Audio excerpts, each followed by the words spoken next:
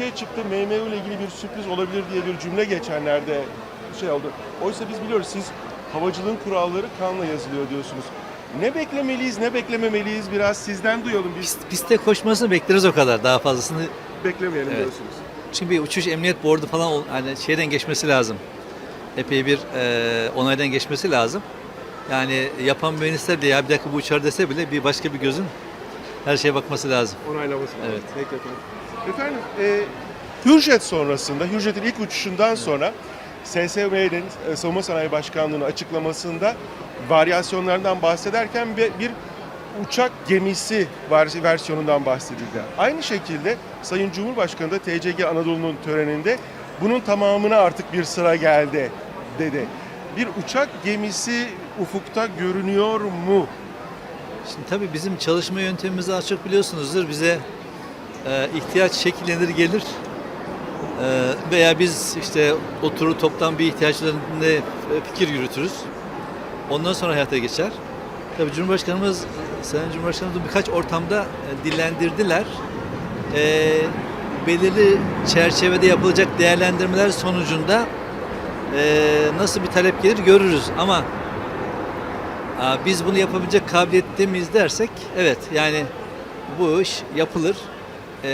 Gereklilik durumu vesaire daha sonra konuşulur. Üzerindeki platformlar özellikle şu anda biz uçak gemisi kavramını konuştuğumuzda özellikle uçak gemisi ne işe yarar, ne yapar, hangi fonksiyonları bekliyoruz gibi bir dizi soruyu sormamız gerekiyor. Zaten onu sormamız neticesinde Sayın Cumhurbaşkanımızın da belli bir süreden beri uçak gemisi ile ilgili demeçleri üzerine biz bu SİHA gemisi konusunu gündeme getirdik. Malumunuz bizim LHD'miz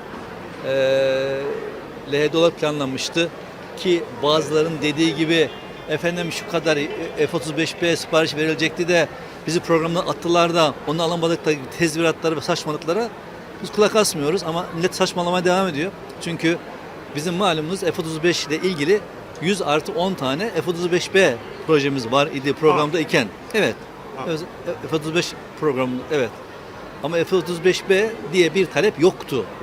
Sadece bazı çevrelerde acaba diye konuşulan bir şeydi. Yani Anadolu gemisi yapılıyordu. F-35B alınacaktı. İşte birileri öyle bir saçmalık yok. Olsaydı düşünülürdü o kadar pahalı bir uçağı alır mıydık almaz mıydık? Ama biz bu gemi üzerine ne yaparız? SİHA'da konuşlandırırız. Daha doğrusu elimizdeki platformlar bizim olduğu için bizim platformlarımızda ve gemimizde bu işi gerçekleştirecek, çok kısa iniş kalkış yapabilecek seviyeye getirecek, geride katapultu, kancası yakalama sistemiyle beraber dört başı mamur biz emniyetli şekilde iniş ve kalkışı gerçekleştirecek değişiklikler yapabiliriz. Bir ötesi, bir adım daha öte, daha büyük bir gemi gelir gelmez ihtiyaç olur. O kendi çerçevesinde değerlendirildiğinde biz kollarısı var, sektörle beraber bunu da yaparız.